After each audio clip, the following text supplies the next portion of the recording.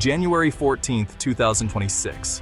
Protests erupt across Tehran and major Iranian cities, fueled by economic collapse and a plunging rial. Security forces clash with demonstrators, images flooding social media.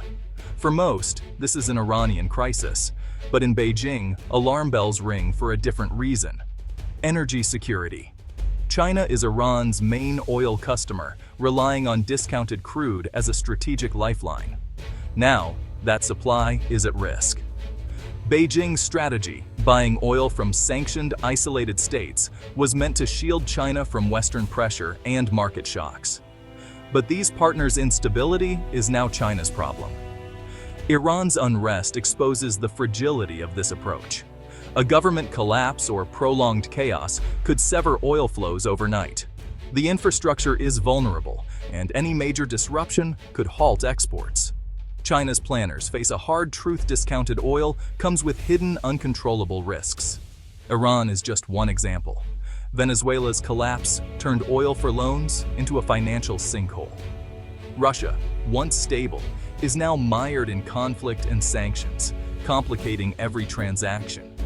What looked like a diversified portfolio is now a web of crises. Each supplier is a challenge. Together, they threaten China's energy security.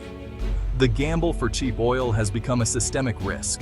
China's economic stability is now tied to the world's most volatile regimes. China's rise as the world's top oil importer was driven by necessity. Its own resources couldn't keep up with explosive growth.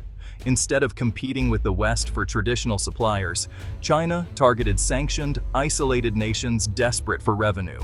This sanctioned Silk Road offered discounted oil, diversified supply, and geopolitical influence.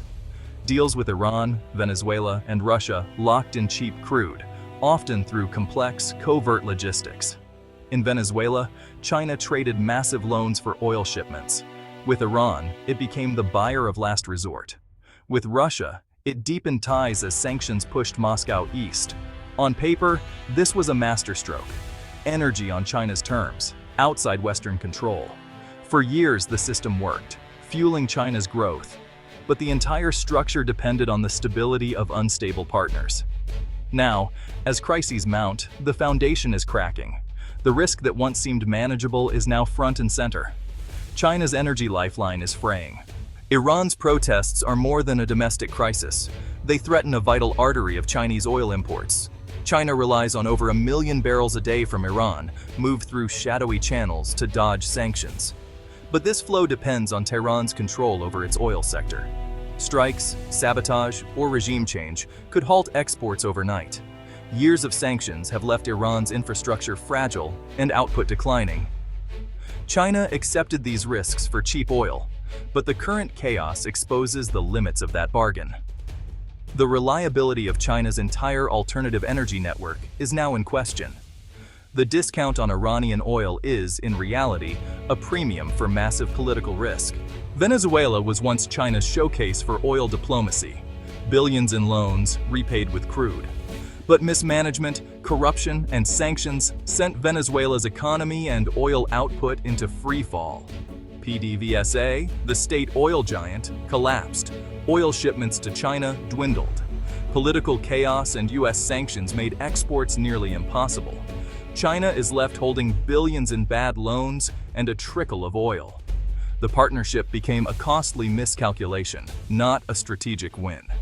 Access to reserves means little if the partner can't deliver. Venezuela's collapse is a warning. Paper deals are worthless without stability. With Iran and Venezuela faltering, China turned to Russia for reliable, large-scale energy. Sanctions after 2022 forced Moscow to redirect oil east, making China its top customer. New pipelines and shipping routes deepened the alliance, with Russia surpassing Saudi Arabia as China's main supplier. But this partnership brings new risks. Sanctions force reliance on shadow fleets and complex payments, raising costs and dangers. The Ukraine war strains Russia's economy and stability, making future supplies uncertain. Any escalation or internal turmoil in Moscow could disrupt flows. By backing Russia, China is now exposed to the fallout of a high-stakes conflict. There is no safe harbor in sanctioned oil. U.S. policy, though not aimed directly at China, has upended Beijing's energy strategy. Sanctions and diplomatic pressure on Iran, Venezuela, and Russia disrupt oil flows to China. In Iran, maximum pressure campaigns and secondary sanctions force China into costly, risky workarounds. U.S. isolation efforts fuel the very instability now threatening oil exports. In Venezuela, sanctions cripple PDVSA and block investment, making oil shipments unreliable. Washington uses sanctions relief as leverage, tying China's interests to U.S. political decisions. With Russia, the G7 price cap and financial restrictions force China into shadowy, expensive trade. Even as China sidesteps official sanctions, the risks and costs mount. Across all three suppliers, U.S. influence is inescapable. Discounted oil comes with strings, many pulled from Washington. China's energy security is shaped as much by U.S. policy as by its own strategy. The global financial system remains a powerful American tool. China's workarounds are fragile and costly. The U.S. can still move the market. The fallout isn't just global. China's independent teapot refineries feel the pain at home. These small, flexible plants thrived on discounted sanctioned oil, outcompeting state giants. Now, instability in Iran, Venezuela, and Russia makes their supply chains volatile. When forced to buy at market prices, their profits vanish. Some cut production or operate at a loss. This strains local economies and fuels inflation. Teapots account for a quarter of China's refining capacity. When they struggle, the effects ripple nationwide. Beijing faces a tough choice: bail out private refineries or risk market disruption. The risks of China's oil strategy are now hitting home. China's sanctioned oil strategy was a calculated gamble. Cheap energy, geopolitical clout, and autonomy from the West. Each barrel was both a subsidy and a political statement. But the risks are now overwhelming the rewards. The core miscalculation, underestimating the fragility of its partners. Protests, economic collapse, and war have shattered the illusion of stability. China has little leverage over its suppliers' internal chaos. The discount was the price of playing a dangerous game. Now, China's energy security is hostage to the world's most volatile states. China faces a crossroads. Its high-risk energy strategy is unraveling. Doubling down means deeper entanglement in unstable regimes, costly and risky. Pivoting to traditional suppliers offers stability, but at a higher price and less autonomy. The boldest move: accelerate the shift to renewables and nuclear, cutting dependence on imported oil. China leads in clean energy.